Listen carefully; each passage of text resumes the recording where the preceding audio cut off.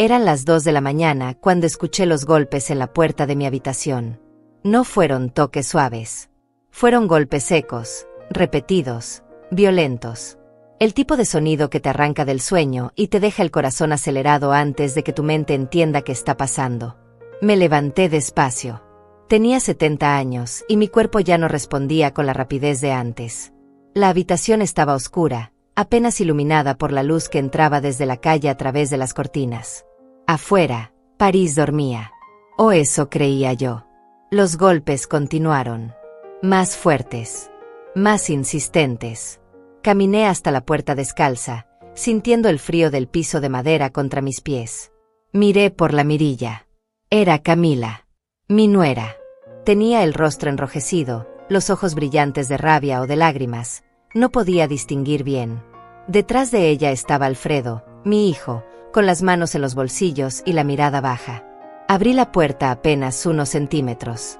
¿Qué pasa?, pregunté, manteniendo la voz tranquila aunque mi pecho temblaba por dentro. Camila empujó la puerta con fuerza. Entró a mi habitación sin esperar invitación. Miró alrededor con desprecio, como si estuviera evaluando un lugar que ya consideraba suyo. «Yo quiero esta habitación», dijo, señalando la ventana que daba directo a la Torre Eiffel. «Tiene mejor vista. La mía da a un callejón sucio. Necesito esta habitación. Ahora». Me quedé quieta. No porque no supiera qué decir, sino porque las palabras se me atoraron en algún lugar entre la garganta y el estómago. Miré a Alfredo. Esperaba que dijera algo. Que la detuviera. Que me defendiera aunque fuera con una frase corta. Pero él solo suspiró. «Mamá», dijo, con esa voz cansada que usaba cuando quería evitar problemas, «¿por qué no le das la habitación a ella? Tú no necesitas tanta vista. Además, ella está estresada con el viaje». Estresada con el viaje. El viaje que yo había pagado. Cada dólar. Cada reserva. Cada boleto de avión. Cada noche de hotel. Habíamos llegado a París hace apenas 2 días. Yo había planeado este viaje durante meses. Era un regalo. Un sueño que quise cumplir para mí, pero que decidí compartir con ellos porque pensé que así se construía una familia. Juntos. Unidos. Había reservado 3 habitaciones en este hotel boutique del 7º distrito. Una para mí. Una para Alfredo y Camila. Y una para Hortensia, mi amiga de toda la vida, que no pudo venir en el último minuto por problemas de salud. Yo elegí quedarme con la habitación más sencilla al principio. Pero cuando Hortensia canceló, el hotel me ofreció cambiarme a esta, la que tenía vista a la torre. Sin costo extra. Acepté. Pensé que a mis 70 años merecía ver algo hermoso antes de dormir. Camila caminó hasta la ventana y abrió las cortinas de un tirón. «Mira esto, Alfredo», dijo, como si yo no estuviera ahí. «Esto es lo que yo quería. Esto es lo que merezco. No vine hasta París para mirar un muro de ladrillos». Alfredo asintió. No me miró a los ojos. «Mamá, sé razonable», dijo. «Camila tiene razón. Ustedes, las personas mayores, no necesitan estas cosas. Tú duermes de todos modos. Ella quiere disfrutar la vista. Es justo». Justo. Esa palabra se quedó flotando en el aire como humo. Recordé todas las veces que había sido razonable. Todas las veces que cedí mi lugar en la mesa. Mi tiempo. Mi espacio. Mi dinero. Mis sueños.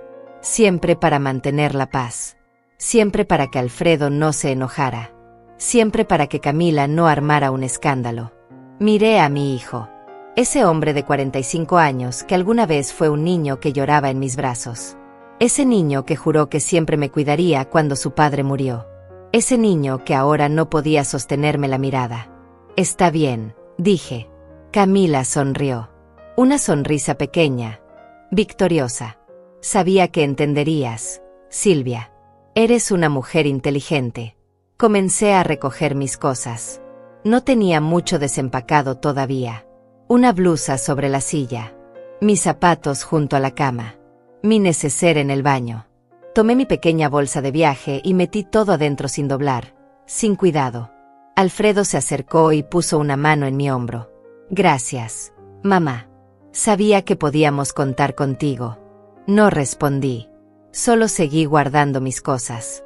Camila ya estaba probando la cama, tocando las sábanas, abriendo el armario.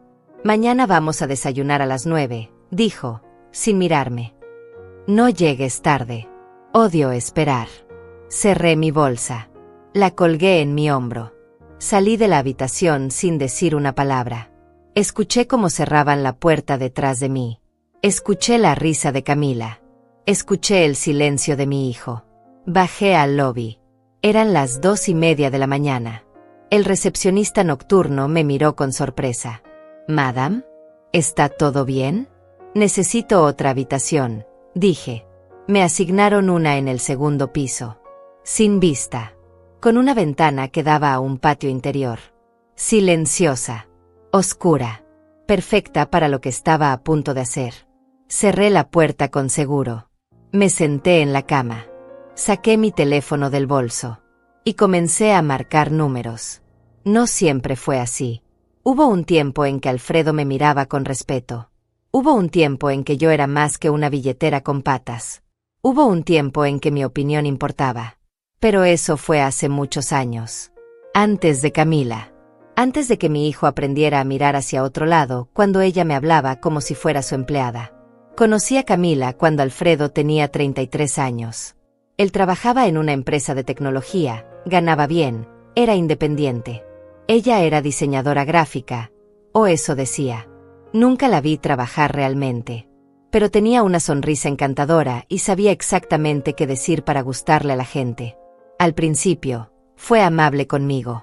Me llamaba mamá Silvia con voz dulce. Me pedía consejos de cocina. Me abrazaba cuando llegaba a mi casa. Yo pensé que había encontrado una hija. Alguien que me acompañaría en la vejez. Alguien que amaría a mi hijo tanto como yo. Me equivoqué. El cambio fue gradual. Tan lento que no lo noté hasta que fue demasiado tarde. Primero fueron comentarios pequeños. «Ay, Silvia, esa blusa te hace ver más vieja. ¿En serio vas a comer eso a tu edad? No entiendo por qué las personas mayores son tan tercas». Alfredo se reía. Decía que Camila era directa, que eso era bueno, que yo era muy sensible. Después vinieron las peticiones. Necesitaban dinero para el depósito de un apartamento.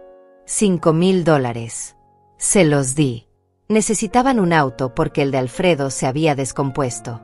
$8,000. Se los di. Necesitaban ayuda con los muebles, con las vacaciones, con la boda de un amigo, con un curso que Camila quería tomar. Siempre decía que sí. Porque eso hacen las madres, ¿verdad? Ayudan. Apoyan. Dan sin esperar nada a cambio. Pero Camila sí esperaba. Y cada vez que yo daba, ella tomaba más. Y Alfredo la dejaba. O peor aún, la alentaba. Recordé la Navidad pasada. Yo había cocinado durante 2 días. Pavó, puré, ensaladas, postres. Había decorado mi casa con luces y flores. Había comprado regalos para ambos. Ropa cara para Camila. Un reloj que Alfredo mencionó que quería. Ellos llegaron tarde. 2 horas tarde. Sin avisar. Sin disculparse. Camila vio la mesa y frunció el ceño. ¿En serio cocinaste pavó otra vez, Silvia?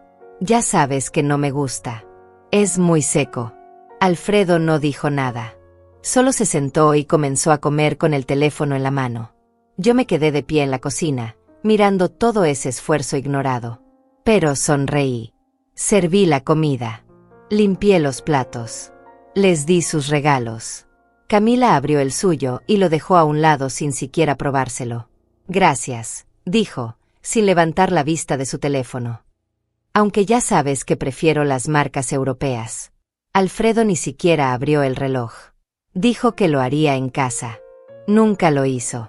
Lo encontré semanas después en el asiento trasero de su auto, todavía envuelto. Esa noche, cuando se fueron, me senté sola en mi sala. Las luces de Navidad parpadeaban. La casa olía a comida que nadie había valorado. Y yo me pregunté cuándo había dejado de ser una madre para convertirme en una obligación. Pero incluso después de eso, seguí intentando. Porque las madres no se rinden. Las madres perdonan. Las madres aman sin condiciones. Hasta que llega un momento en que el amor sin condiciones se convierte en abuso con permiso. Este viaje a Europa había sido mi último intento. Mi última ofrenda. Gasté casi $15,000 en planificarlo. Boletos de avión en clase turista premium. Hoteles bien ubicados. Reservas en restaurantes. Entradas a museos. Todo pagado. Todo organizado. Pensé que tal vez, lejos de casa, lejos de la rutina, podríamos reconectar. Pensé que Camila vería mi esfuerzo. Pensé que Alfredo recordaría quién era yo antes de ser solo una fuente de dinero. Pero en el avión, Camila se quejó de que su asiento no reclinaba lo suficiente. En el taxi desde el aeropuerto, se quejó del tráfico. En el primer hotel, se quejó de que las toallas no eran lo suficientemente suaves. Y Alfredo asentía. Siempre asentía. Yo callaba. Tragaba mis palabras. Sonreía. Hasta esta noche. Sentada en esa habitación nueva del segundo piso, sin vista, sin luz, sin nada más que 4 paredes y una cama dura, algo dentro de mí se rompió definitivamente. No fue rabia. No fue tristeza. Fue claridad. Una claridad fría y afilada como un bisturí. Comprendí que no importaba cuánto diera. Nunca sería suficiente. No porque yo fuera insuficiente, sino porque ellos eran insaciables. Comprendí que el respeto no se ruega. Se exige. Y cuando no llega, te alejas. Comprendí que había pasado 12 años siendo invisible. Y que eso tenía que terminar. Tomé mi teléfono. Busqué los correos de confirmación. Las reservas. Los recibos. Todo estaba a mi nombre. Todo lo había pagado yo. Todo estaba bajo mi control. Y por primera vez en mucho tiempo, decidí usar ese control. No para vengarme. No para herirlos. Sino para protegerme. Porque a los 70 años, ya no me quedaba tiempo para seguir siendo el tapete sobre el cual mi propia familia caminaba. Abrí la primera confirmación. El hotel. Hice clic en modificar reserva. Mis manos no temblaron. Mi corazón no dudó. Comencé a cancelar. Una por una. Cada reserva. Cada pago adelantado. Cada promesa de comodidad que yo había hecho para ellos. La pantalla del teléfono brillaba en la oscuridad. Afuera, París seguía durmiendo. Pero yo estaba más despierta que nunca. La primera llamada fue al banco. Eran las 3 de la mañana en París, pero en mi país eran las 10 de la noche. La línea de atención al cliente todavía funcionaba. Una voz amable respondió del otro lado. Buenas noches. ¿En qué puedo ayudarle? Necesito bloquear una tarjeta de crédito adicional, dije, con voz firme. La que está a nombre de Alfredo Montes. Hubo una pausa breve. El sonido de teclas. ¿Es usted la titular de la cuenta, señora Montes? Sí. Perfecto. ¿Desea bloquear la tarjeta de forma temporal o permanente? Permanente. Más teclas. Más silencio. Entendido. La tarjeta quedará bloqueada en los próximos 5 minutos. ¿Hay algo más en lo que pueda asistirle? Sí. Necesito cancelar la autorización de pagos automáticos vinculados a esa tarjeta. Todos. Déjeme revisar. Veo aquí pagos recurrentes para un gimnasio, una suscripción de streaming, un seguro de auto y una membresía de un club social. ¿Desea cancelar todos? Todos. Listo, señora Montes. ¿Algo más? No. Gracias. Colgué. Miré el teléfono. Sentí algo extraño en el pecho. No era culpa. No era arrepentimiento. Era alivio. Abrí mi correo electrónico. Busqué la confirmación del hotel. 3 habitaciones reservadas por 10 noches. Pagadas por adelantado. $12,000 en total. Escribí al hotel. Solicité la cancelación de 2 habitaciones. La de Alfredo y Camila. Y la que había sido de Hortensia, la que ahora ocupaba yo en el segundo piso. La política de cancelación era clara. Menos de 48 horas antes del check-in, no había reembolso. Pero yo no quería reembolso. Solo quería que ellos no tuvieran donde quedarse sin pagarla ellos mismos. El hotel respondió en 20 minutos. Confirmaron la cancelación. Las habitaciones quedarían liberadas a las 11 de la mañana del día siguiente. Perfecto. Busqué las reservas de los restaurantes. 5 cenas en lugares exclusivos.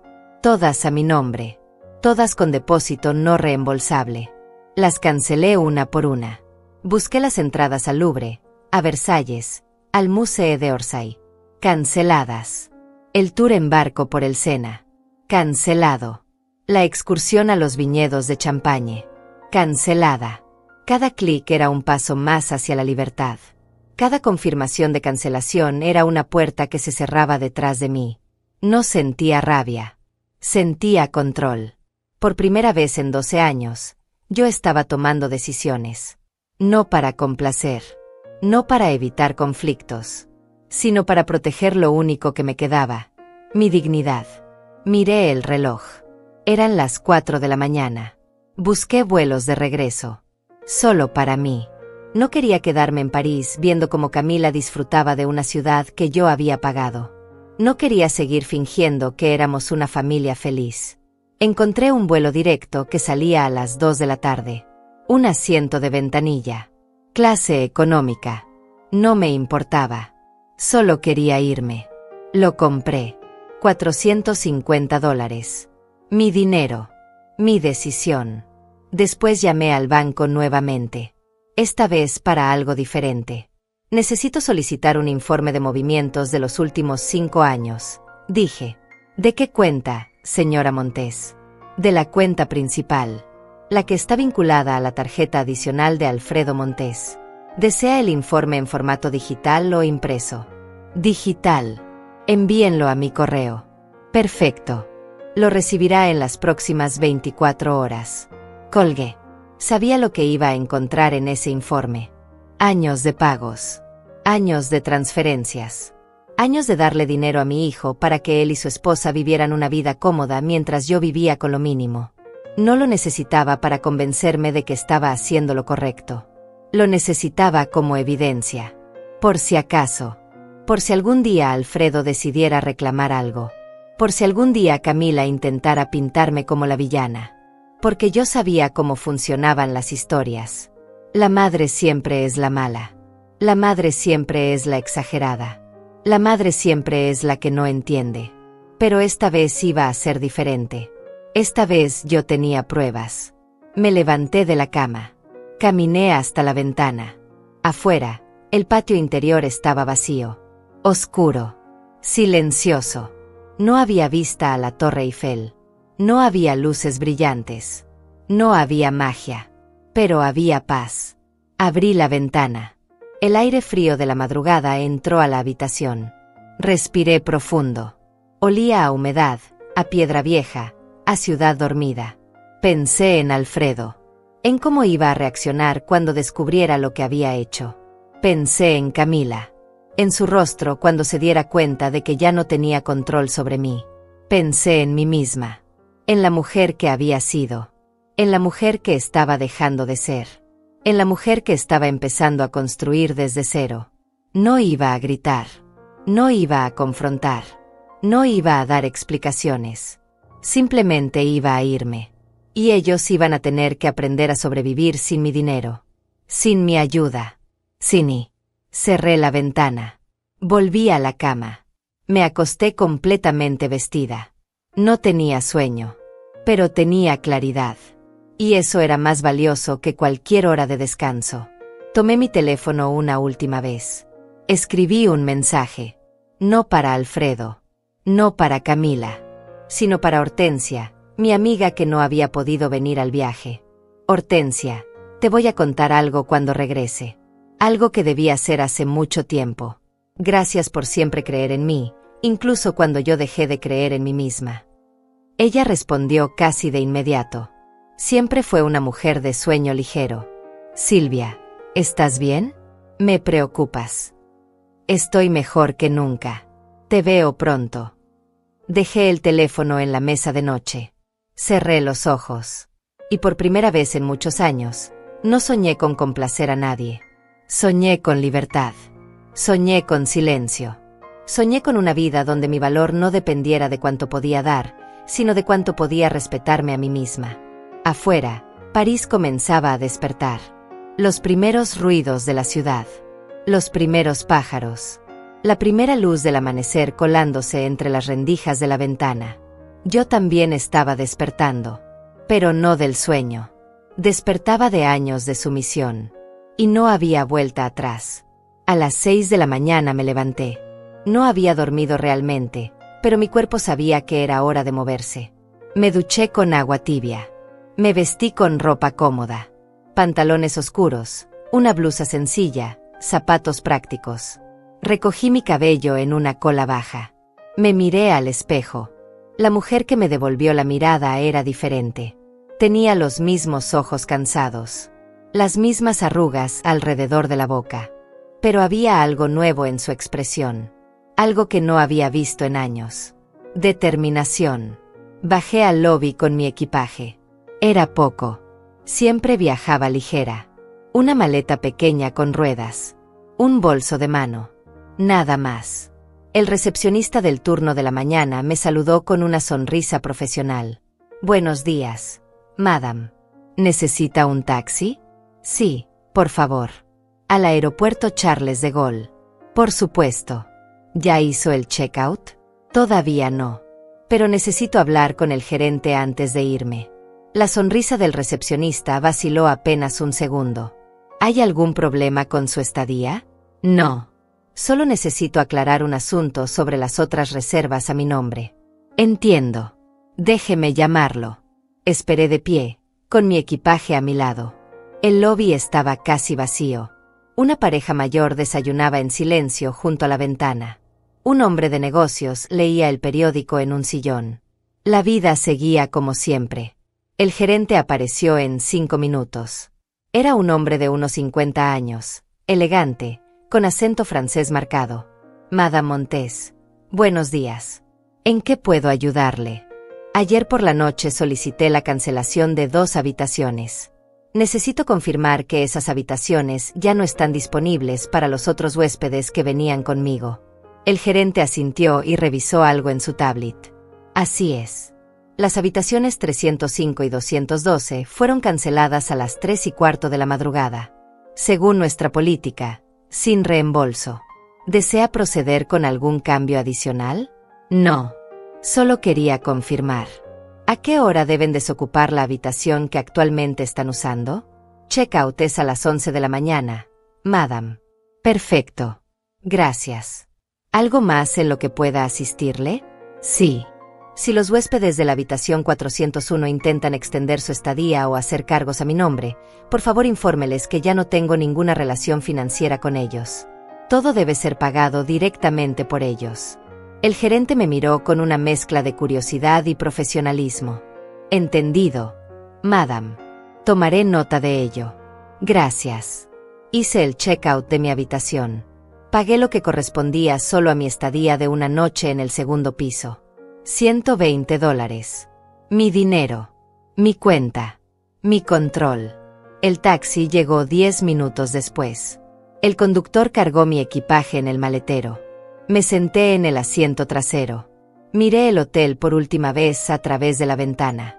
En algún lugar de ese edificio, Alfredo y Camila todavía dormían.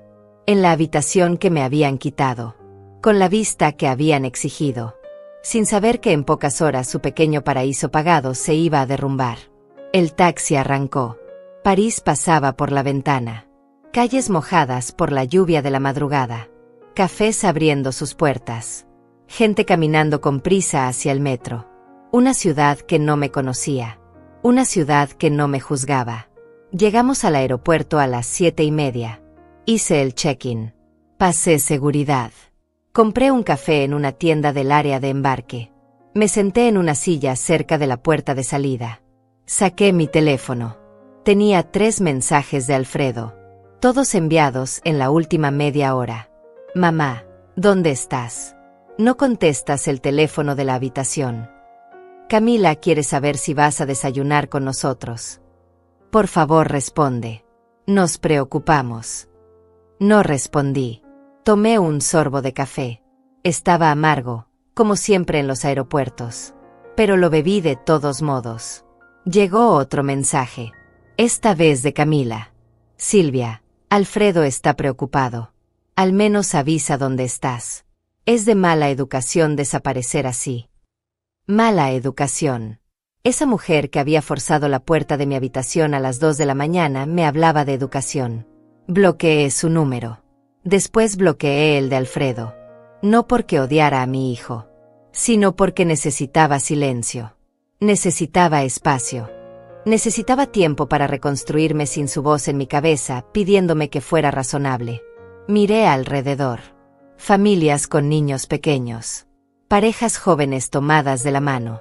Ejecutivos revisando laptops. Todos con destinos. Todos con vidas que no tenían nada que ver con la mía.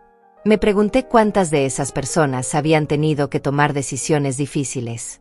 ¿Cuántas habían tenido que elegir entre su propia dignidad y el amor de alguien más? ¿Cuántas habían tenido que aprender que amar no significa desaparecer? El llamado de abordaje comenzó. Fila por fila. Yo estaba en el grupo 3. Esperé mi turno. Subí al avión. Encontré mi asiento junto a la ventana. Guardé mi bolso debajo del asiento delantero. Me abroché el cinturón. Una mujer mayor se sentó a mi lado. Tenía el cabello blanco y corto, las manos llenas de anillos, una sonrisa amable. ¿Regresando a casa?, me preguntó en español. Sí. ¿Buenas vacaciones? Pensé en cómo responder. Pensé en decir que sí, que París había sido hermoso, que la comida increíble, que todo perfecto. Pero en lugar de eso dije la verdad. Fueron necesarias. Ella asintió, como si entendiera exactamente lo que yo quería decir. A veces los viajes no son para disfrutar. Son para encontrar algo que perdimos hace mucho tiempo. ¿Usted encontró lo que buscaba?, le pregunté. Encontré que estaba bien estar sola. Y eso fue más valioso que cualquier compañía que me hiciera sentir vacía. No dije nada más. Pero sus palabras se quedaron conmigo. El avión despegó. Vi París desaparecer bajo las nubes. Una ciudad que había soñado conocer desde niña. Una ciudad que ahora llevaba el recuerdo amargo de la última humillación que iba a permitir en mi vida. Cerré los ojos. Respiré profundo. Sentí como mi cuerpo se relajaba por primera vez en días. No sabía qué iba a pasar cuando Alfredo descubriera lo que había hecho. No sabía cómo iba a reaccionar Camila.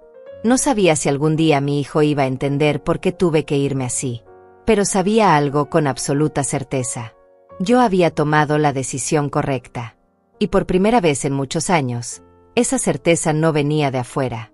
No venía de la aprobación de alguien más. No venía del miedo a quedarme sola. Venía de adentro.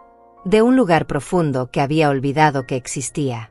Un lugar que ahora estaba despertando. Y que nunca más iba a volver a dormir. El avión ganó altura. Dejé que el zumbido de los motores me arrullara. Dejé que el cansancio me venciera. Y dormí. Sin culpa. Sin miedo. Sin remordimientos. Aterricé en mi país 14 horas después. El vuelo había sido largo pero tranquilo. Había dormido en intervalos. Había comido poco. Había pensado mucho. Cuando encendí mi teléfono en el aeropuerto, tenía 32 llamadas perdidas. 28 de Alfredo. 4 de números desconocidos que probablemente eran Camila usando otros teléfonos. Tenía 17 mensajes de voz. No los escuché. Los borré todos sin abrir. Tenía 41 mensajes de texto. Los primeros eran confusos. Los del medio eran desesperados. Los últimos eran furiosos. Mamá, el hotel dice que cancelaste las habitaciones. ¿Qué está pasando? Nos están cobrando $300 por noche. No tenemos ese dinero aquí. ¿Por qué no respondes? ¿Dónde estás? Camila está llorando. Dice que la avergonzaste frente al personal del hotel. La tarjeta de crédito no funciona. Dice que está bloqueada. Mamá, por favor. Necesitamos hablar. Esto es un malentendido terrible. ¿Sabes cuánto nos va a costar quedarnos aquí? ¿Sabes lo que nos estás haciendo? Eres una egoísta. Siempre lo fuiste. Solo que ahora lo demuestras. Cuando vuelvas, vamos a tener una conversación muy seria sobre tu comportamiento. No puedo creer que mi propia madre nos haga esto. Leí cada mensaje sin sentir nada, como si estuviera leyendo la historia de otra persona, como si esas palabras no estuvieran dirigidas a mí, pero sí lo estaban. Y lo único que sentía era alivio de no estar ahí para escucharlas en voz alta. Tomé un taxi a mi casa. Era un apartamento pequeño en un barrio tranquilo. 2 habitaciones. Una cocina modesta. Una sala con muebles viejos pero cómodos. Había vivido ahí durante 15 años. Desde que vendí la casa grande después de que mi esposo muriera. Alfredo siempre me decía que debía mudarme a algo más moderno. Más cerca de ellos. Camila sugería que vendiera y les diera el dinero para comprar una casa más grande donde yo pudiera tener mi propio espacio con ellos.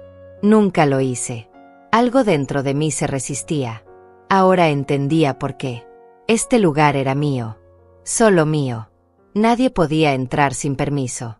Nadie podía exigir nada aquí. Dejé mi equipaje en la entrada. Me quité los zapatos. Caminé descalza hasta la cocina. Preparé té. Me senté en el sofá con la taza caliente entre las manos. Mi teléfono sonó. Alfredo otra vez. No contesté. Sonó de nuevo. Y de nuevo. Y de nuevo. Finalmente lo apagué. El silencio que siguió fue absoluto. Hermoso. Necesario. Bebí mi té despacio. Miré por la ventana. El sol de la tarde entraba tibio. Podía escuchar a los niños jugando en el parque cercano. Podía escuchar el viento moviendo las hojas de los árboles. Sonidos normales. Vida normal. Algo que no había tenido en mucho tiempo. Al día siguiente, fui al banco. Pedí hablar con mi asesora financiera. Se llamaba Alma. Era una mujer joven, eficiente, siempre amable. Señora Montes, qué gusto verla. ¿En qué puedo ayudarle? Necesito cerrar la tarjeta adicional de forma definitiva. Y necesito cambiar los beneficiarios de mi cuenta. Alma asintió y abrió mi expediente en su computadora. Entiendo. ¿Desea abrir una nueva cuenta o mantenerla actual? Mantenerla actual. Solo quiero asegurarme de que nadie más tenga acceso a ella. Perfecto. ¿Y los nuevos beneficiarios? Todavía no los tengo definidos. Por ahora, déjelos sin beneficiarios. Como usted prefiera. ¿Algo más? Sí. Quiero ver el historial completo de transacciones de los últimos 5 años. Todas las transferencias, todos los pagos, todo. Alma tecleó en su computadora. Su expresión se mantuvo neutral, pero vi cómo sus cejas se elevaban ligeramente mientras revisaba. Son bastantes movimientos, señora Montes. Lo sé. ¿Desea un reporte impreso o digital? Ambos. Me entregó el reporte digital en mi correo.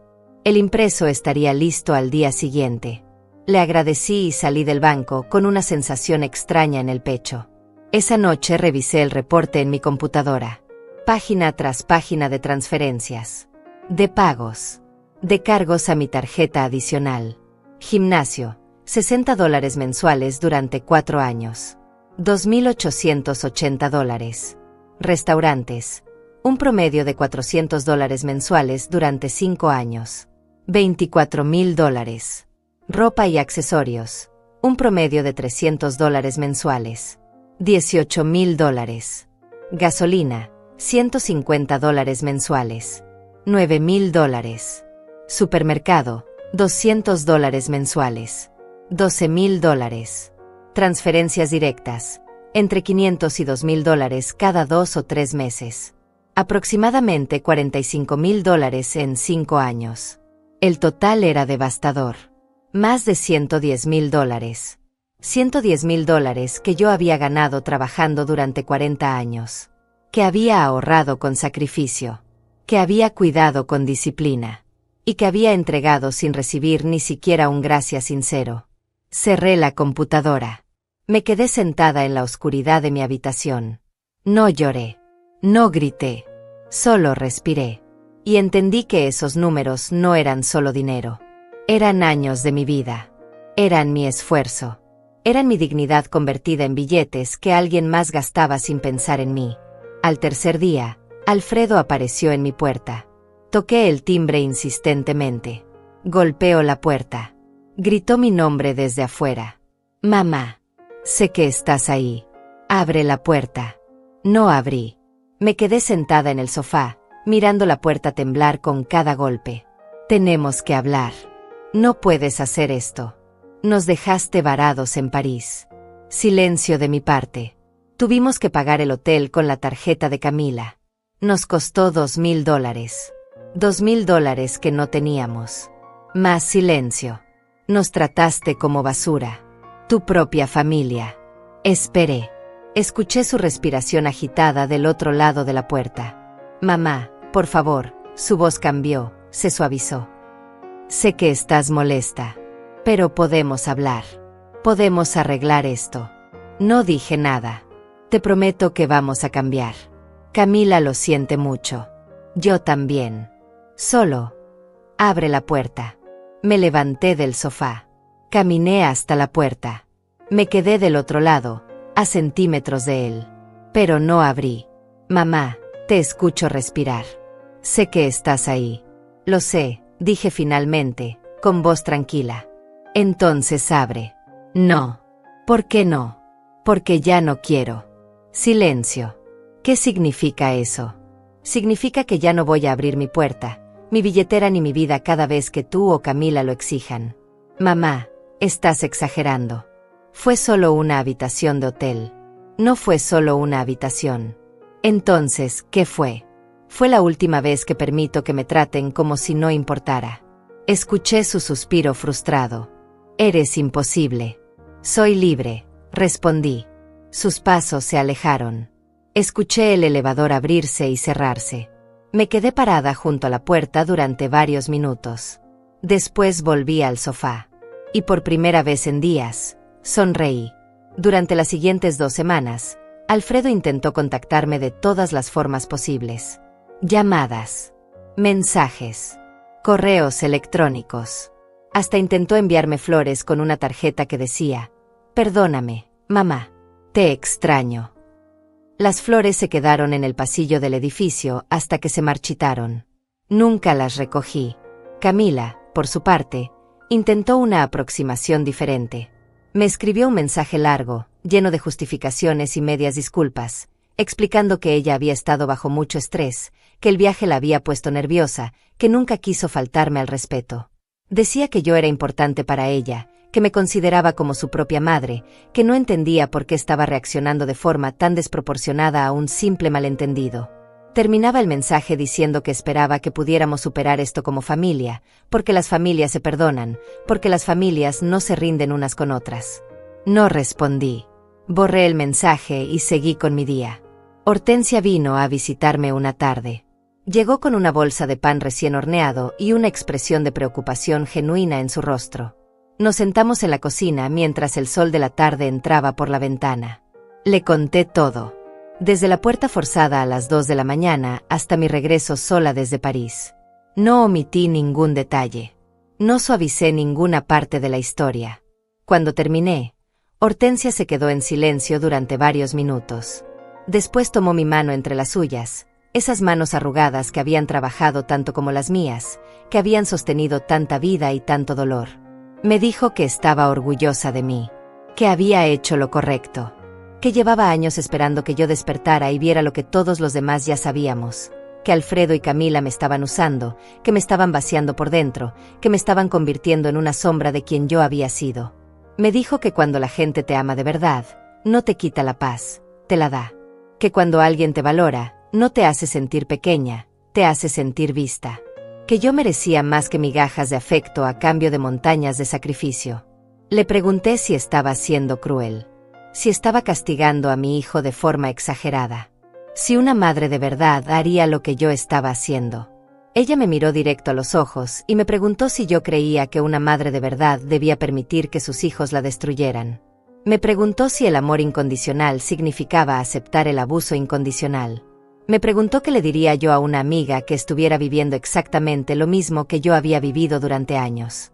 No tuve respuesta, porque sabía que si fuera otra persona, yo misma le habría dicho que se alejara, que pusiera límites, que se respetara. Pero cuando se trata de nuestros propios hijos, las reglas parecen diferentes. El amor de madre viene con una culpa incorporada que ningún otro amor tiene. Viene con la idea de que debemos darlo todo, soportarlo todo, perdonarlo todo, sin importar el costo para nuestra propia alma. Hortensia se fue esa noche dejándome con más claridad de la que había tenido en mucho tiempo. No me dio soluciones mágicas ni respuestas fáciles. Solo me recordó que yo también importaba, que mi vida también tenía valor, que mis 70 años no significaban que debía desaparecer para que otros brillaran. Una mañana recibí una llamada de un número desconocido. Dudé antes de contestar, pero algo me hizo responder. Era el gerente del hotel en París. Hablaba en inglés con acento francés, con un tono profesional pero ligeramente incómodo. Me explicó que estaba llamando porque el señor Alfredo Montes había presentado una queja formal contra mí, alegando que yo había cancelado las reservas sin su consentimiento y que eso había causado daños económicos y emocionales tanto a él como a su esposa. Alfredo estaba exigiendo que el hotel me obligara a reembolsar los gastos adicionales que ellos habían tenido que cubrir durante su estadía extendida. Le expliqué al gerente con voz calmada que todas las reservas habían sido hechas a mi nombre, pagadas con mi dinero, y que yo tenía todo el derecho de cancelarlas cuando considerara necesario. Le dije que mi hijo y su esposa eran adultos independientes, que nunca habían sido mis dependientes legales, y que cualquier gasto que ellos hubieran realizado después de mi partida era responsabilidad exclusiva de ellos. El gerente guardó silencio por un momento y después me agradeció por la aclaración. Me dijo que la queja de Alfredo no procedería, que el hotel no tenía ninguna base legal para involucrarse en asuntos familiares, y que lamentaba haberme molestado con esta llamada. Antes de colgar, añadió algo que no esperaba. Me dijo que en sus 20 años trabajando en la industria hotelera había visto muchas situaciones familiares complicadas, y que a veces la decisión más difícil es también la más necesaria. Colgué el teléfono y me quedé mirando la pared. Alfredo había intentado usar al hotel contra mí. Había intentado avergonzarme públicamente. Había intentado obligarme a pagar por su comodidad incluso después de todo lo que había pasado.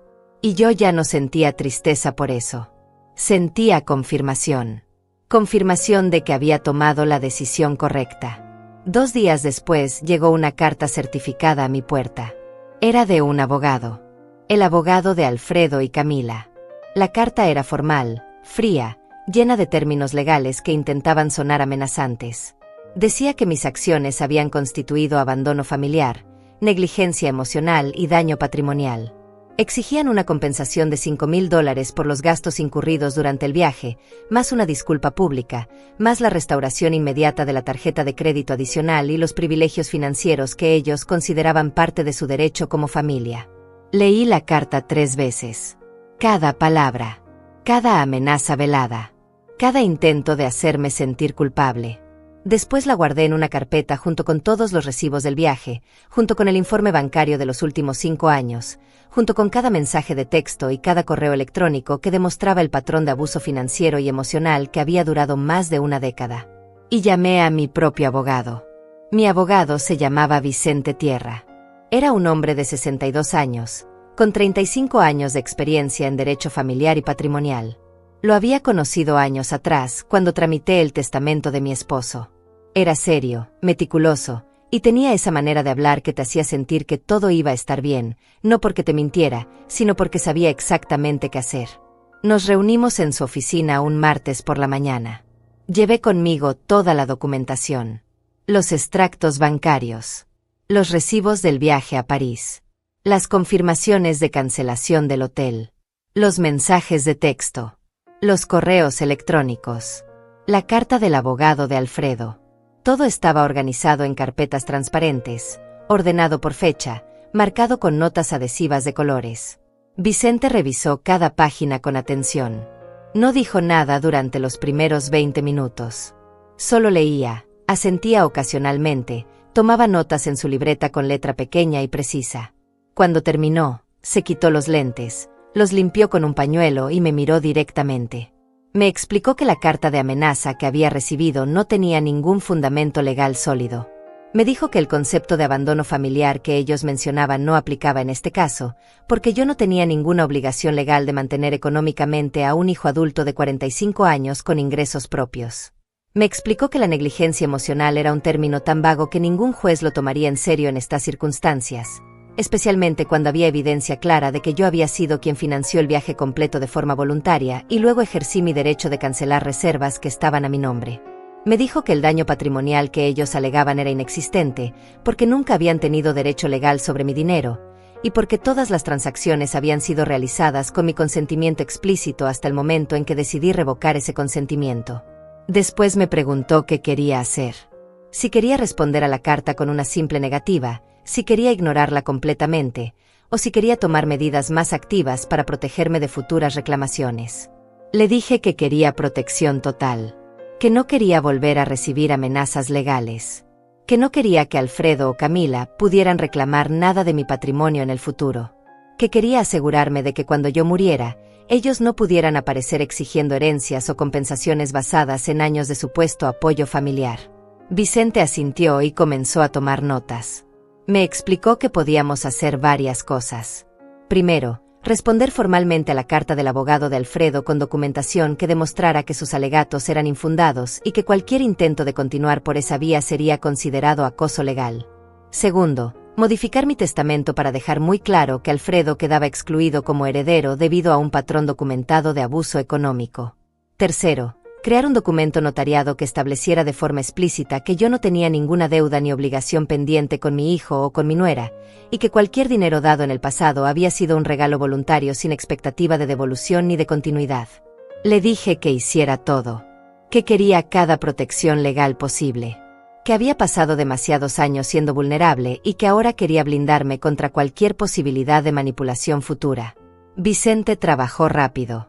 En una semana teníamos lista la respuesta formal al abogado de Alfredo. Era un documento de 4 páginas, lleno de lenguaje legal preciso y contundente, que básicamente decía que mis acciones habían sido completamente legales, que no existía ninguna base para sus reclamaciones, que cualquier intento de continuar con amenazas o demandas sería considerado acoso y podría resultar en contrademandas por daño emocional y gastos legales. Incluía como anexos copias de todos los recibos que demostraban que yo había financiado el viaje completo, copias de las confirmaciones de cancelación que probaban que actué dentro de mis derechos, y una declaración firmada por mí explicando las circunstancias que llevaron a mi decisión de separarme económicamente de mi hijo. El testamento nuevo fue más complejo. Vicente me explicó que necesitábamos redactarlo de forma que fuera imposible de impugnar. Me sugirió que incluyera una cláusula de desheredación expresa, donde yo declaraba específicamente que estaba excluyendo a Alfredo Montes como heredero, no por falta de claridad mental ni por manipulación de terceros, sino por decisión consciente y documentada basada en años de comportamiento abusivo. Me sugirió que incluyera ejemplos específicos sin entrar en detalles excesivamente personales. El patrón de dependencia económica, la falta de reciprocidad emocional, el episodio específico de París que había sido la gota que derramó el vaso. Le pregunté a quién debía dejar como heredera entonces. No tenía otros hijos. No tenía hermanos vivos. Mis padres habían muerto hacía décadas. Vicente me recordó que yo tenía opciones más allá de la familia de sangre. Podía dejar mis bienes a amigos cercanos, a organizaciones benéficas, a causas en las que yo creyera. Podía crear un fideicomiso que administrara mis recursos para ayudar a personas en situaciones vulnerables. Podía dividir mi patrimonio entre varias entidades diferentes. Lo importante era que la decisión fuera mía y que quedara documentada de forma que nadie pudiera cuestionarla después de mi muerte. Pensé en Hortensia. Pensé en las enfermeras del hospital donde había trabajado durante años. Pensé en el refugio de mujeres mayores que operaba en mi barrio, ese lugar que siempre necesitaba donaciones y voluntarios.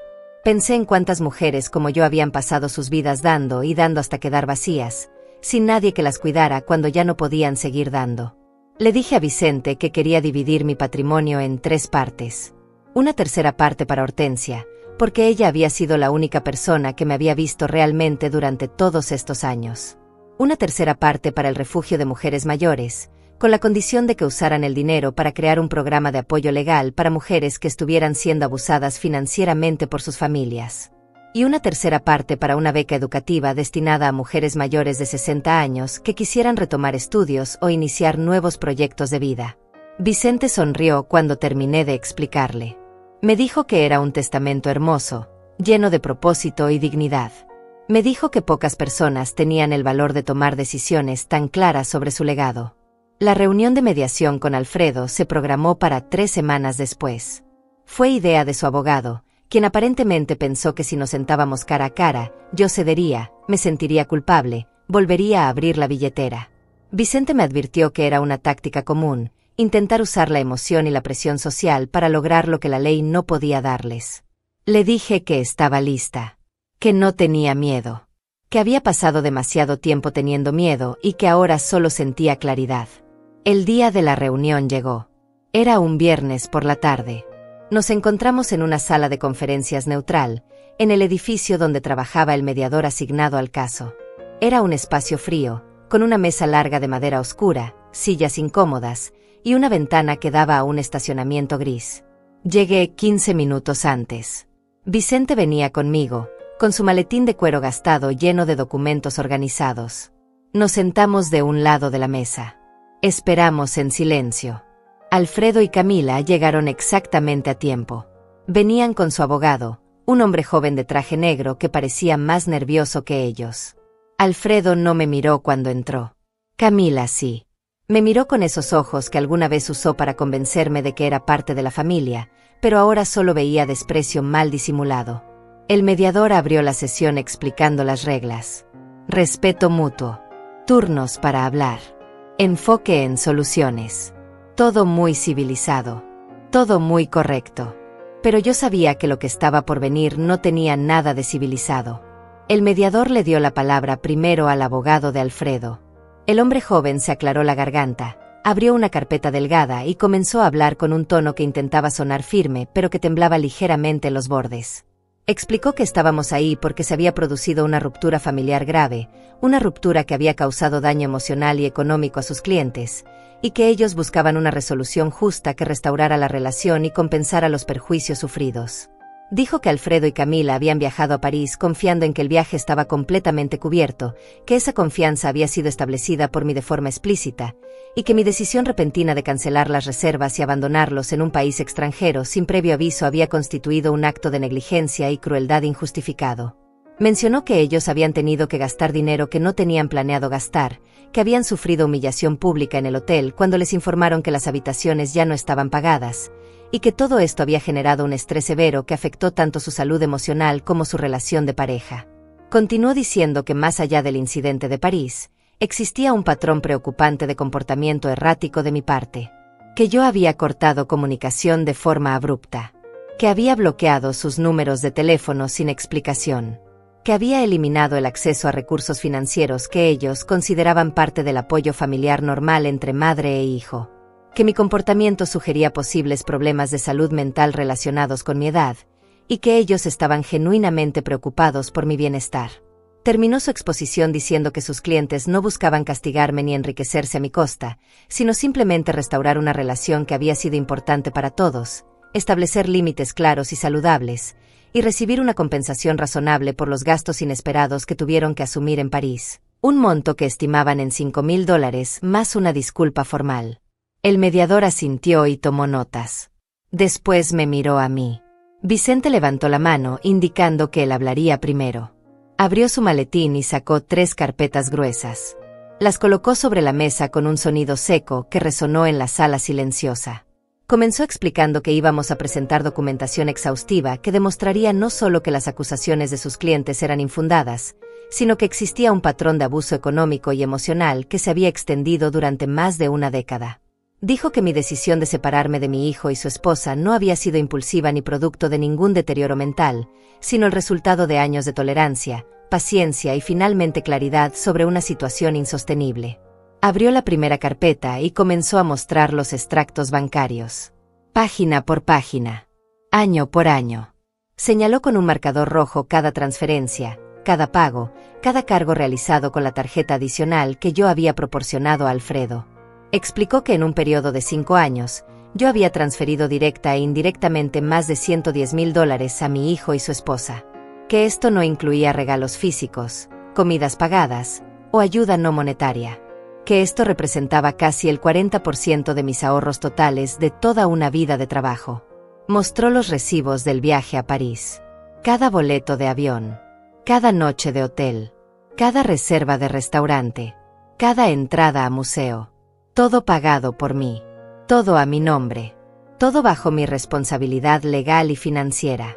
Explicó que yo había ejercido mi derecho legítimo de cancelar servicios que yo misma había contratado y pagado, y que no existía ninguna obligación legal ni moral de mantener esos servicios una vez que decidí que ya no deseaba continuar con el viaje. Abrió la segunda carpeta y mostró los mensajes de texto, los correos electrónicos, la documentación del incidente en París. Leyó en voz alta, con tono neutro pero claro, el mensaje que Camila me había enviado después de forzar la puerta de mi habitación a las 2 de la mañana. Leyó las palabras de Alfredo pidiéndome que fuera razonable, que cediera mi habitación, que no causara problemas. Leyó los mensajes posteriores donde me llamaban egoísta, donde me culpaban por arruinar el viaje, donde me exigían explicaciones como si yo les debiera justificación por cada decisión que tomaba con mi propia vida y mi propio dinero. El rostro de Alfredo se puso rojo. Camila miraba la mesa con los labios apretados. Su abogado intentó interrumpir diciendo que esos mensajes estaban sacados de contexto, que habían sido escritos en un momento de estrés emocional, que no representaban la verdadera naturaleza de la relación. Vicente lo ignoró y continuó. Abrió la tercera carpeta y mostró testimonios escritos. Uno de Hortensia, explicando que había sido testigo durante años de cómo Alfredo y Camila me trataban, cómo me pedían dinero constantemente, cómo minimizaban mis sentimientos y me hacían sentir que mi única función era proveer recursos. Otro testimonio de una vecina del edificio donde vivía, que había presenciado uno de los episodios donde Alfredo llegó gritando y golpeando mi puerta exigiendo que le abriera. Otro testimonio del gerente del banco, confirmando que yo había solicitado el bloqueo de la tarjeta adicional de forma voluntaria y consciente, y que en ningún momento había mostrado signos de confusión o deterioro mental. Vicente cerró las carpetas y miró directamente al abogado de Alfredo. Le dijo que si ellos deseaban continuar por la vía legal, estaríamos más que dispuestos a presentar toda esta documentación ante un juez. Le dijo que además presentaríamos una contrademanda por acoso, por difamación al sugerir que yo tenía problemas de salud mental, y por intento de explotación financiera de una persona mayor. Le dijo que las leyes de protección a adultos mayores en nuestro país eran muy claras, y que existían penalidades severas para familiares que abusaban económicamente de sus parientes de edad avanzada. El silencio que siguió fue absoluto. El mediador miraba los documentos con expresión seria. El abogado de Alfredo revisaba sus propias notas con nerviosismo evidente. Camila tenía los brazos cruzados y miraba hacia la ventana como si quisiera estar en cualquier otro lugar. Alfredo finalmente habló. Su voz sonaba diferente, más pequeña, más quebrada. Dijo que nunca quiso que las cosas llegaran a este punto, que él solo había querido mantener una buena relación conmigo, que sí, tal vez habían cometido errores, tal vez habían sido insensibles en París, pero que eso no justificaba que yo cortara todo contacto y los dejara sin el apoyo que siempre habían tenido. Dijo que él era mi único hijo, que eso tenía que significar algo, que las familias no se rendían así como así por un malentendido. Respiré profundo antes de hablar. Fue la primera vez que abrí la boca desde que había entrado a esa sala. Le dije que él tenía razón en una cosa, que las familias no se rendían por un malentendido, pero que esto no había sido un malentendido. Le dije que durante 12 años yo había observado cómo él y Camila tomaban y tomaban sin nunca dar nada a cambio. Ni siquiera respeto. Ni siquiera consideración básica. Le dije que yo había confundido el amor con la sumisión, que había creído que ser buena madre significaba desaparecer para que ellos pudieran brillar, que había aceptado migajas de afecto a cambio de montañas de sacrificio. Le dije que el incidente en París no había sido el problema. Había sido el símbolo. El momento en que finalmente vi con claridad lo que llevaba años negando. Que para él y para Camila yo no era una persona. Era un recurso. Una fuente de dinero, una solución conveniente para sus problemas. Le dije que él nunca preguntó cómo estaba yo. Nunca preguntó si yo necesitaba algo. Nunca ofreció ayudarme con nada. Solo aparecía cuando necesitaba dinero o cuando Camila quería algo. Y que yo había permitido eso porque tenía miedo. Miedo de quedarme sola. Miedo de perder a mi único hijo. Miedo de admitir que el niño que yo crié se había convertido en un hombre que no me veía. Le dije que los $5,000 que ellos reclamaban eran una broma cruel. Que yo les había dado $110,000 en 5 años. Que nunca pedí devolución. Que nunca exigí agradecimiento. pero que tampoco iba a seguir dando mientras ellos seguían tomando como si fuera mi obligación financiar sus vidas para siempre. Le dije que él era un adulto de 45 años con trabajo, con ingresos, con capacidad de mantenerse a sí mismo. Que Camila también era adulta. Que ellos no me necesitaban. Me usaban. Y que había una diferencia enorme entre esas dos cosas. Camila intentó interrumpir diciendo que yo estaba siendo dramática, que estaba exagerando todo, que ellos siempre me habían querido. La miré directamente por primera vez. Le dije que forzar la puerta de alguien a las 2 de la mañana para exigir su habitación no era amor. Que hablarme como si fuera su empleada no era amor. Que ignorar mis sentimientos constantemente no era amor. Que el amor no se grita. El amor se demuestra. Y que ella nunca me había demostrado nada excepto desprecio disfrazado de familiaridad. El mediador intervino diciendo que entendía que había emociones muy fuertes en juego, pero que necesitábamos enfocarnos en posibles soluciones. Vicente dijo que la solución era simple. Que Alfredo y Camila retiraran todas sus demandas y amenazas legales. Que aceptaran que no recibirían ninguna compensación económica. Que firmaran un documento reconociendo que yo no tenía ninguna obligación legal ni moral de proveerles apoyo financiero. Y que respetaran mi decisión de mantener distancia. El abogado de Alfredo pidió un receso para consultar con sus clientes. Salieron de la sala. Vicente y yo nos quedamos sentados en silencio. Me preguntó cómo me sentía. Le dije la verdad. Que me sentía cansada, pero también libre. Alfredo y Camila regresaron 20 minutos después. Su abogado anunció que retiraban sus demandas. Que no buscarían compensación. Que solo pedían que mantuviéramos las cosas civilizadas, que dejáramos abierta la posibilidad de reconciliación en el futuro. Vicente me miró. Le dije que aceptaba la primera parte, que rechazaba la segunda. Firmamos los documentos. Cada uno recibió una copia. La mediación terminó. Cuando salí de ese edificio, el sol estaba poniéndose. El cielo estaba pintado de naranjas y rosas.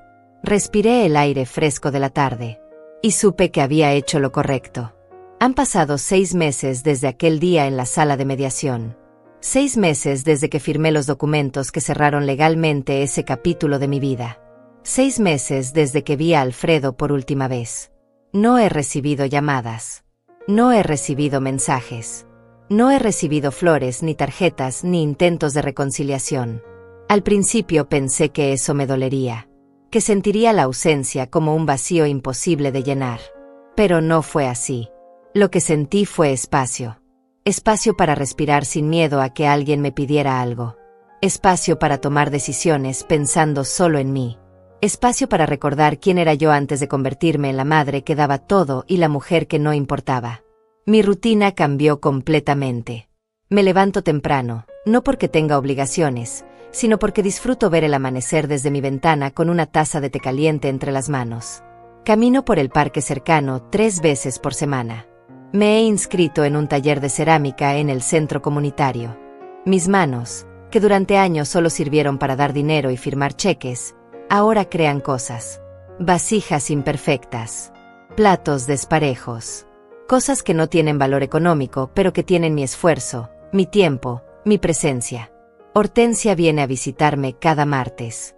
Cocinamos juntas, hablamos de todo y de nada, nos reímos de cosas que solo nosotras entendemos. Me dice que me ve diferente, más ligera, más presente. Me dice que es como si yo hubiera estado durmiendo durante años y finalmente hubiera despertado. Tiene razón. Estuve durmiendo. Durmiendo bajo el peso de expectativas que nunca debí cargar. Durmiendo bajo la ilusión de que el amor de madre significaba desangrarme hasta quedar vacía. Durmiendo bajo el miedo de que si dejaba de dar, dejaría de importar. Pero desperté. Y descubrí que importo precisamente porque dejé de dar a quienes solo sabían tomar. El refugio de mujeres mayores donde destiné parte de mi herencia me invitó a dar una charla. Querían que compartiera mi historia con otras mujeres que estaban pasando por situaciones similares. Al principio dudé. No me consideraba especial. No me consideraba valiente. Solo me consideraba una mujer mayor que finalmente había dicho basta. Pero acepté. Y cuando llegué a ese salón lleno de rostros arrugados, de ojos cansados, de mujeres que habían dado tanto que ya no sabían quiénes eran sin alguien a quien darle, entendí por qué mi historia importaba. Les conté todo. Desde la puerta forzada a las 2 de la mañana hasta la sala de mediación 6 meses atrás.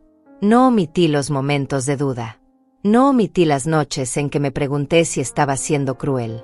No omití el dolor de aceptar que mi hijo me había usado durante años sin verme realmente. Cuando terminé, el silencio fue profundo. Después, una mujer de cabello gris se levantó y comenzó a aplaudir. Otra la siguió. Después otra. Pronto todo el salón estaba de pie, aplaudiendo, algunas llorando, otras sonriendo, todas viendo en mi historia un reflejo de sus propias batallas silenciosas. Una mujer se me acercó después y me abrazó. Me susurró al oído que llevaba 15 años dándole dinero a su hija adulta, que su hija la trataba como cajero automático, que ella tenía miedo de decir que no porque era lo único que las mantenía conectadas. Me preguntó cómo encontré el valor para alejarme. Le dije la verdad. Que no fue valor. Fue supervivencia. Que llegó un momento en que tuve que elegir entre mi dignidad y su aprobación. Y que elegir la dignidad no me hizo mala madre. Me hizo mujer completa. He pensado en Alfredo. No puedo decir que no lo extraño. Extraño al niño que fue. Extraño la idea de lo que pudo haber sido nuestra relación. Pero no extraño al hombre en que se convirtió. No extraño la versión de mí misma que él necesitaba que yo fuera para poder seguir usándome. A veces me pregunto si él habrá reflexionado. Si habrá entendido finalmente que lo que perdió no fue una fuente de dinero, sino una madre que lo amaba. Si habrá comprendido que Camila lo llevó por un camino de comodidad que terminó costándole la única familia de sangre que tenía. Pero esas preguntas ya no me quitan el sueño. Porque las respuestas no dependen de mí. Yo hice mi parte. Di amor durante décadas. Di apoyo. Di recursos. Di oportunidades. Di paciencia. Ya no me queda nada que dar. Y está bien. Porque finalmente entendí que mi vida tiene valor incluso cuando no estoy dando nada a nadie. Mi testamento está firmado. Mi patrimonio está protegido. Mis decisiones están documentadas. Cuando yo muera, Hortensia recibirá lo suficiente para vivir sus últimos años con dignidad. El refugio de mujeres mayores tendrá fondos para seguir ayudando a mujeres como yo. Y habrá una beca con mi nombre para mujeres que quieran comenzar de nuevo después de los 60. Alfredo no recibirá nada. Y no porque quiera castigarlo, sino porque ya le di todo lo que tenía.